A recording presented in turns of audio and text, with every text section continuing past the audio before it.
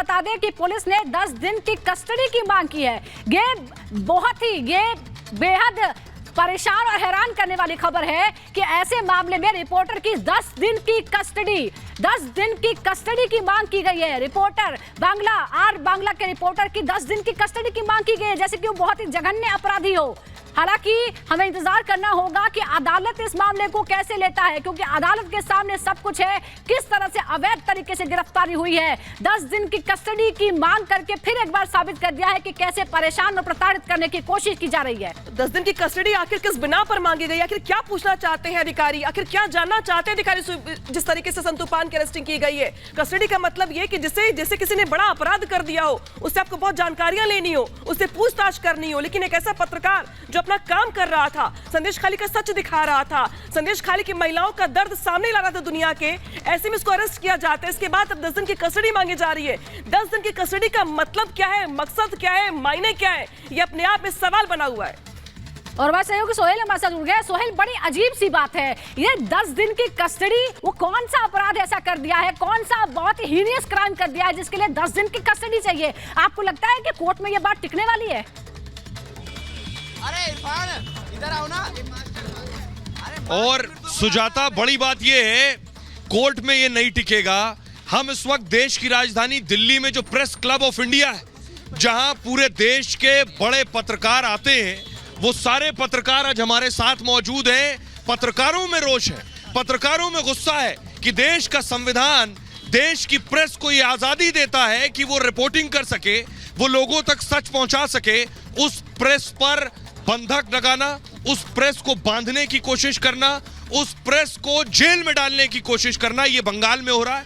इसलिए गुस्सा है। और देखिए हमारे साथ यहां पत्रकार मौजूद हैं, और यहां हमारे साथ पत्रकार मौजूद है अवधेश जी। ये जो बंगाल में हो रहा है ये बेहद अफसोसनाक और शर्मनाक।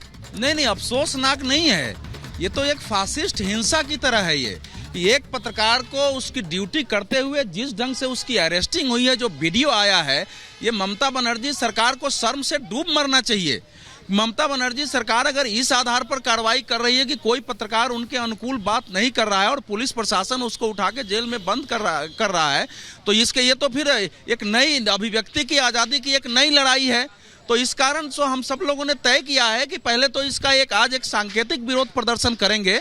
अभी हमारे साथी सब जुट रहे हैं, सांकेतिक विरोध प्रदर्शन करेंगे, लेकिन इस इशू को आगे लेके जाएगा। कल भी विरोध प्रदर्शन है। एनयूजीआई ने अभी मीटिंग करके एक फैसला किया है कि कल विरोध प्रदर्शन करके यहाँ बंग भवन तक मार्च करेंगे। 3 सदस्यों का प्रतिनिधि मंडल भेजेंगे, क्योंकि आगे इस प्रकार की पुनरावृत्ति नहीं हो, इसके लिए लड़ाई लड़ी जाएगी। और ममता बनर्जी सरकार के जो लोग भी सुन रहे हैं, पत्रकार को रिहा करें और आगे से इस प्रकार की कार्रवाई नहीं हो। आपको बोलने का अधिकार है तो पत्रकार को भी अपनी बात। अशोक जी, मेरा सवाल आपसे है, ये वक्त है हमें लगता है सारे पत्रकारों को मिलकर ऐसे तानाशाही हुकूमत को जवाब देने का, क्योंकि आज रिपब्लिक है तो कल कोई और होगा। जो आज खामोश बैठे होंगे कल उनके साथ होगा। मैं हमेशा यही कहता हूं, दुर्भाग्य यही है कि कोई एक पकड़ा जाता है तो बाकी लोग खामोश रहते हैं और कल अगले दिन दूसरे की बारी आती है। पश्चिम बंगाल में ऐसा कई बार हो चुका, पहले भी हो चुका, दोबारा हो रहा है। अब जो कुछ हुआ, अब आप देखिए ना कि वहां पर जो एक ऐसा गुंडा मवाली जो महिलाओं का शारीरिक शोषण करता है, बलात्कार करता है, उसको ममता दीदी आज तक गिरफ्तार नहीं कर पाई। लेकिन जिस पत्रकार ने, रिपब्लिक टीवी के जिस पत्रकार ने उसके खिलाफ आवाज उठाई, वहां से लाइव किया, उसको उठा के जेल में डाल दिया गया। तो इसको तानाशाही तो इसी को कहते हैं ना। ममता दीदी दिल्ली में आकर कहती है फेडरल स्ट्रक्चर का है, ममता दीदी दिल्ली में आकर कहती है कि दिल्ली में तानाशाही है, देश में तानाशाही है। लेकिन अगर आज कहीं तानाशाही है तो ममता दीदी के राज में है। 11 साल तक एक टीचर को वहां पे गिरफ्तार रखा गया था, सिर्फ इसलिए क्योंकि उसने ममता दीदी को चैलेंज कर दिया था। एक महिला ने उनका मीम बना दिया था, उसको उठाकर जेल में डाल दिया था। तो ये जो तानाशाही और खासकर पत्रकारों के खिलाफ, मैं ये कहता हूं पत्रकार का काम क्या है? अगर संदेश खाली की महिलाएं रो रो कर कह रही हैं कि उनके साथ बलात्कार हो रहा है, टीएमसी के गुंडे उनका शोषण कर रहे हैं, तो क्या हम पत्रकार वो भी ना दिखाएं? क्या हम वो चीजें लाइव ना करें? क्या हम महिलाओं का दर्द ना दिखाएं? अगर आप हमको वो भी करने से रोकना चाहते हैं तो क्या चाहती हैं? हम लोग मुंह पे पट्टी बांध लें, हमारी गर्दन दबा दीजिए, और क्या चाहेंगी आप इससे ज्यादा? हम इस वक्त प्रेस क्लब ऑफ इंडिया के बाहर हैं, आप देख रहे हैं प्रेस क्लब ऑफ इंडिया। मेरा सवाल ये, एक सवाल है कि जो बात आपने कही, ये वो सरकारें हैं, ये वो पार्टियां हैं अशोक जी, जो सबसे ज्यादा शोर मचाती हैं, मीडिया की आजादी रोकी जा रही है।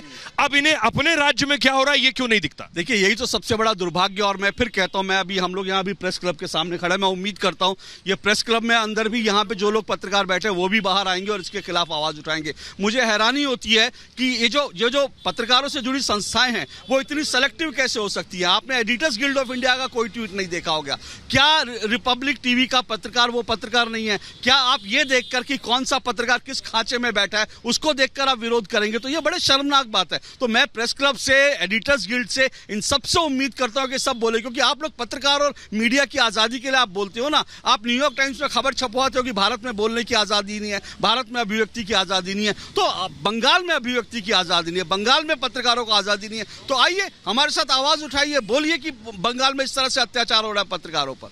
मृदुल, बड़ी बात ये, यहाँ जो वरिष्ठ पत्रकार हैं वो यही कह रहे हैं, ये वक्त है एक साथ आकर खड़े होने का। जो आज आकर साथ नहीं खड़ा होगा उसका नंबर कहीं और, किसी और जगह, किसी और राज्य और किसी और पार्टी के जरिए आएगा।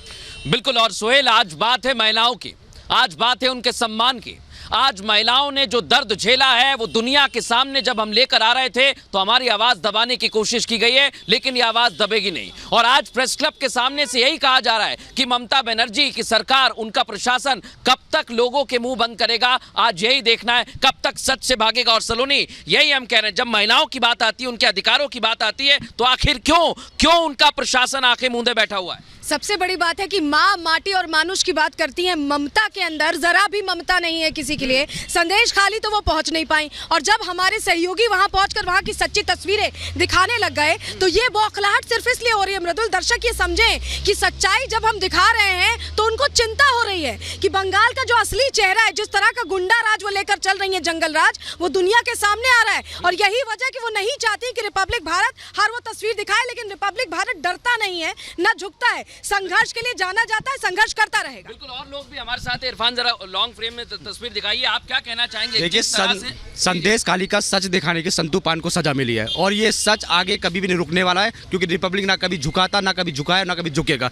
और इस सच को हम लगातार दिखाते रहेंगे। और यही हाल है कि पूरे देश भर में इसको लेकर विरोध प्रदर्शन हो रहा है, और हम लोग भी यहाँ पर इकट्ठा हुए हैं। और यही है, देखिए हाथों में काली पट्टी बांधे हुए हैं, और ये सांकेतिक नहीं है, ये सिर्फ और सिर्फ बताने की कोशिश है कि सच की आवाज कभी दबा नहीं सकते। बिल्कुल, सच को आप कितना भी परेशान कर लीजिए, लेकिन अंततः जीत सत्य की होती है, और रिपब्लिक नेटवर्क हमेशा से सत्य के साथ ही खड़ा रहा है। और आप देखिए, संदेश खाली का वो सच जो सालों तक दबा रहा, जिस सच को दबाया गया, जिस सच को छुपाया गया, और आज जब पूरी दुनिया उस सच को देख रही है तो हमारे रिपोर्टर को किस तरह से वहां पर गिरफ्तार किया गया है। और अब सबसे अहम यह है कि गिरफ्तारी की मृदुल वजह भी नहीं बताई गई है, और अभी तक के गिरफ्तारी की वजह को लेकर भी तमाम अटकलें हैं कि आखिर क्या वजह है।